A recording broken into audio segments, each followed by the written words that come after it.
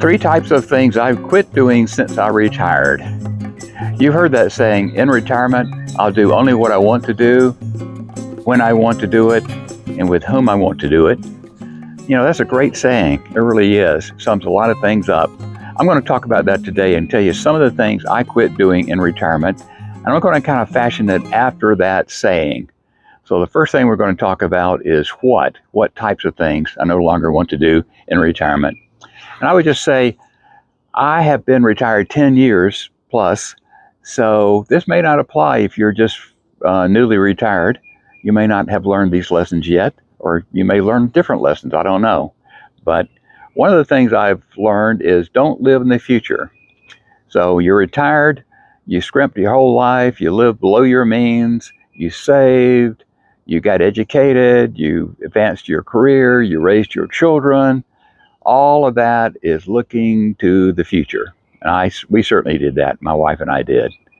So now that you're finally retired, you know, it's your time to be present. There's no use of looking to the future. You can look forward to doing things, but you know what I mean. It's not the same as when you're anticipating always living in the future. You're living the present moment. So I guess it's kind of enjoying the present moment. You don't feel this rush. You know, you enjoy the little things, and you're just more at peace with yourself in the present moment. And it feels good.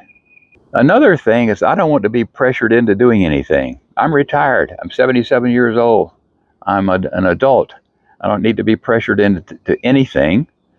And you know, I have been. After I retired, I took some positions or responsibilities that in the mode of working, you think, you know, this is something I should be doing. But, and I did them, but I don't think I'd do them again at this point in time. You know, they are commitments. And I would say anytime you agree to a commitment, you know, just be aware that's going to hinder your freedom in retirement. So if you commit to something, it's going to narrow down your free time. And another thing is just know what you're getting into before you make a commitment. And I could give you, I've got about 4 or 5 examples of that, but I volunteered for an organization, and I thought it was going to be for about 2 years, and I did it. And it almost turned into a job. And I think, God, I'm retired. I'm not even getting paid. But I believed in the cause, and I volunteered, in all honesty. But when I went to put my notice in for about 4 or 5 months early, before I left, they were like, "Oh, you're leaving. We thought you would be with us forever. And, oh, you're going to be very hard to replace. You know, what are we going to do? We can't find anybody to replace you." And I don't know. It just wasn't a good feeling. You know, I don't like that. So be careful what you commit to. It's going to take away from your free time. And also it may turn into a job. You don't want that. You're retired. The second type of thing I don't want to do anymore is when I want to do things on my own schedule, not on somebody else's schedule. And I want to do them in the non-rush times of day or weeks or seasons even. And an example of that, my wife said she'd like to go grocery shopping, not on weekends anymore. No Saturday, Sunday, or evenings. She wants to go on a morning during the week. It's not as crowded. And I know our local Aldi store stocks their shelves on Tuesday morning. And if you go Tuesday afternoon, you got a lot of inventory to choose from, and it's not crowded. But if you go on Saturday afternoon, I've been in there, that whole freezer section is just about empty. So that's another example. I don't like to make appointments first thing in the morning. I like to keep my mornings free. I don't want to get stuck in traffic.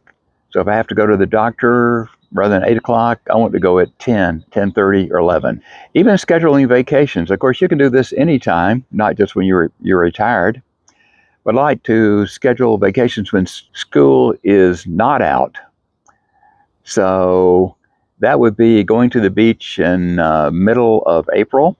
It's a great time for us. We've done that several times. Not June when school's out. Also, you save a little money. It's a shoulder season, they call it. Also, in the fall is a good time to go, early fall when school starts back. And then we like to take cruises, and we've taken several cruises in December, the 2 weeks before the Christmas holidays, and that's a great time to go.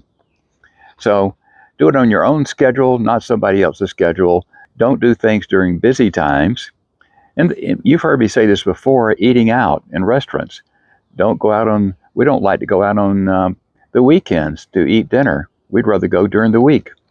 And for lunch, we like to go maybe at 1:15. We don't like to go high noon when everybody and his brother is going to be there because they're working. The third type of thing I don't do anymore in retirement is with whom.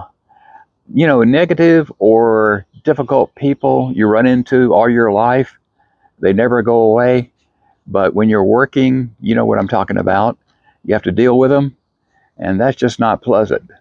When you're retired, you don't have to do that.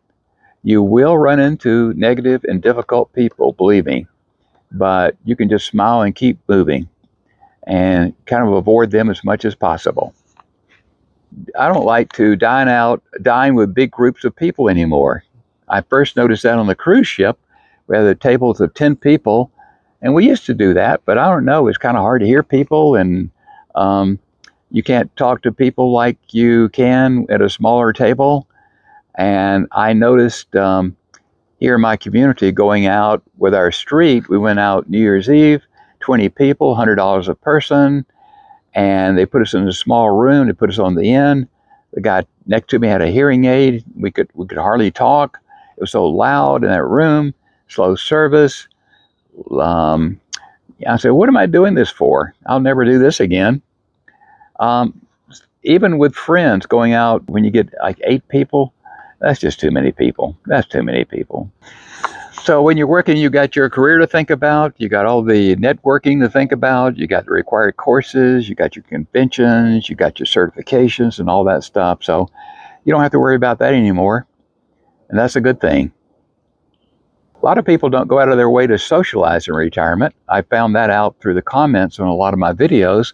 People didn't really want to go socialize or hang out with too many people. They like their solitude and spending some time alone and not going out of their way to socialize, just socializing as you run into people during the day. Many people said that. So that's one thing you don't have to do anymore in retirement. So if you're getting ready to retire, let me know what kind of things you're looking forward to not doing anymore. And if you are retired, let me know what kind of things you stopped doing after you retired. I would appreciate it. If you could subscribe to my channel, I would greatly appreciate it. I'm shooting for 1,000 subscribers. As of this taping now, I've got like 985. I only need 15 more to get to 1,000. Kind of a milestone for YouTubers. So I appreciate all my current subscribers. I appreciate your comments, and I hope you'll subscribe to my channel. Thanks very much. This is Robert with Robert's Active Retirement.